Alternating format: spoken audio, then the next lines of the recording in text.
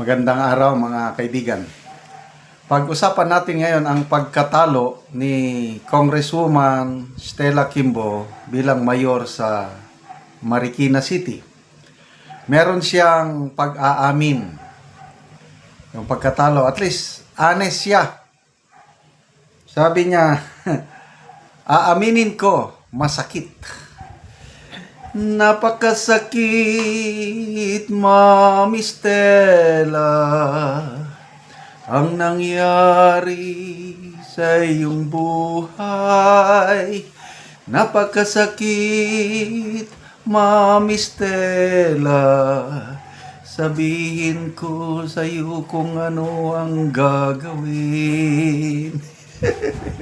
Napakanta tuloy tayo. Okay, so ito, sa Manila Bulletin na na news, believe ako sa kanyang honesty. Ito po ang news. Stella Kimbo admits to being hurt by defeat in Marikina mayoral race. Published May 13 by Elzon Quismorio.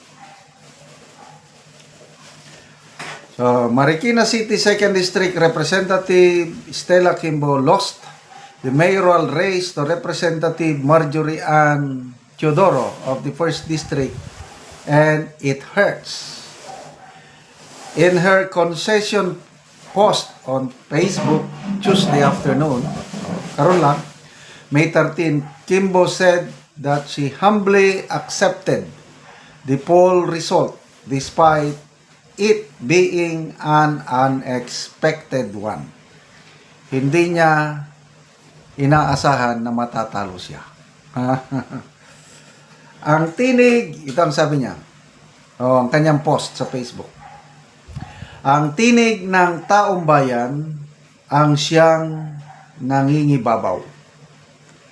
Hindi ito ang resulta na inaasahan natin, at aaminin ko, masakit.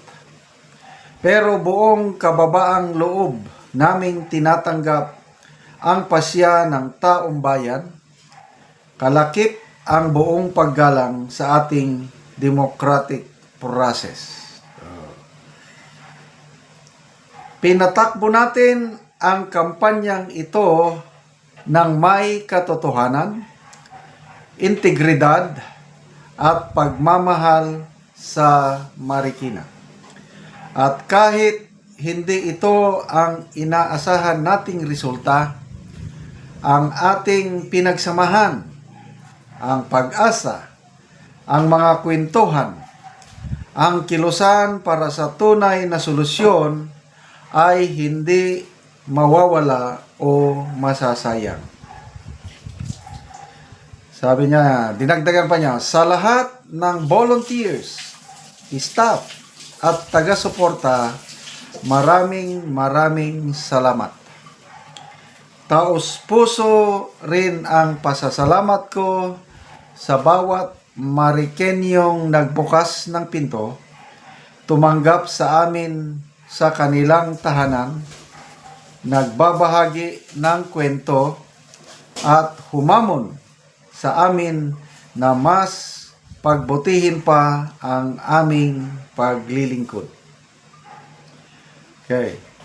Despite the solemn tone of her post, the 2nd District Congresswoman insisted that this wasn't the end. Wow! Palaban! Hindi ito ang katapusan. Sabi niya, may plano sa 2028 kung this wasn't the end. Ito. Hindi dito nagtatapos ang lahat. Ang malasakit ay hindi natatapos sa halalan. Magpapatuloy ang laban para sa mas maayos na serbisyong pangkalusugan, trabaho, edukasyon, at pamahalaan, anumang posisyon o kakayahan ang ibigay sa atin upang maglingkod. Okay?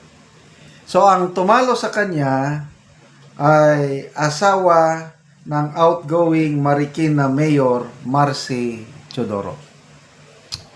Sa Marikina din, itong si Senator Coco Pimentel, talo rin siya sa pagiging kongresista sa Marikina. Kaya, dalawa ngayon ang umiiyak sa Marikina.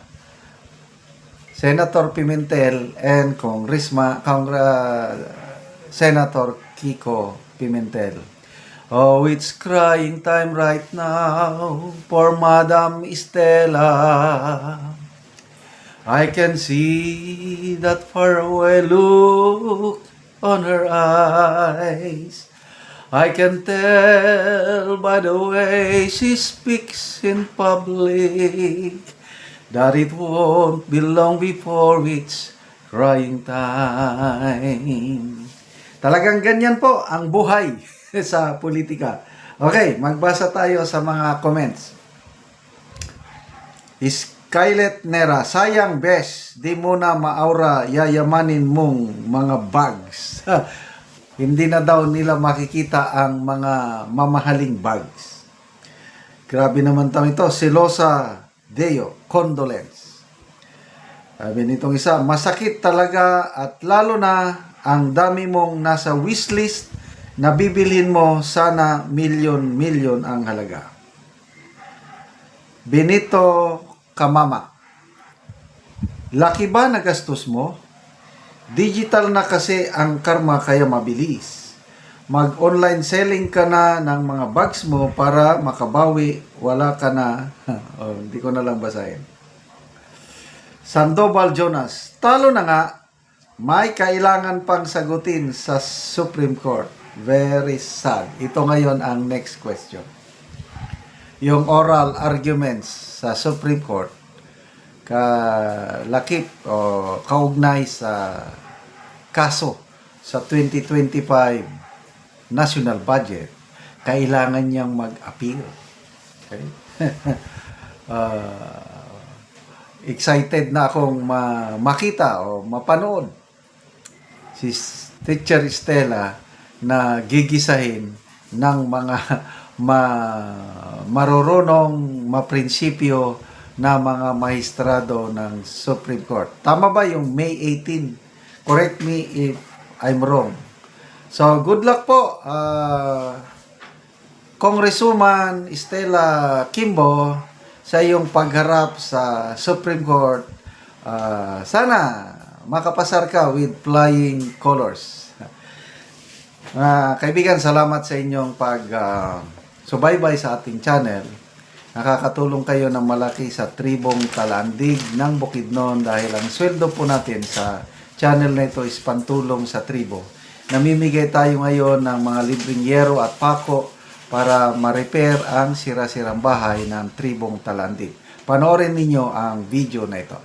Karon mo na po niya among bisitaon ang balay kawayan ng ang atop.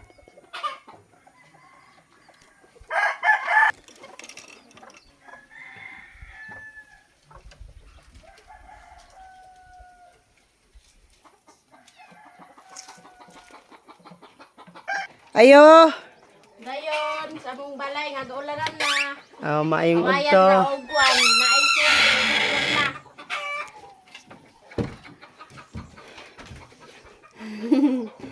Na bibi.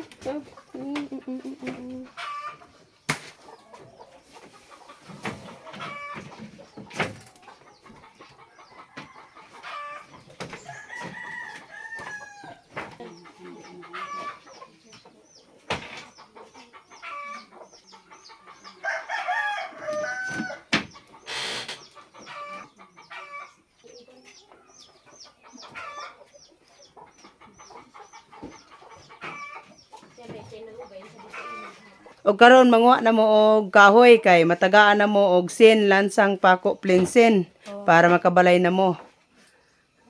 Unsa pila na ni siya ka tuig nga inyong balay? 14 na. 14 years old. Oo, so 14 na. So manguha na mo og kahoy. Og karon unsa imong maistorya nga matagaan na mo og sin lansang pako plinsin. Salamat sa mag-import sa Ginoo.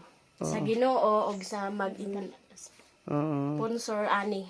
Oo. Nga matagaan mi kay Mga lata na gid niya mong kuan sin. Oo. Papalay nami. Awayan ra mong kuan. Oo. So salamat pod kayo.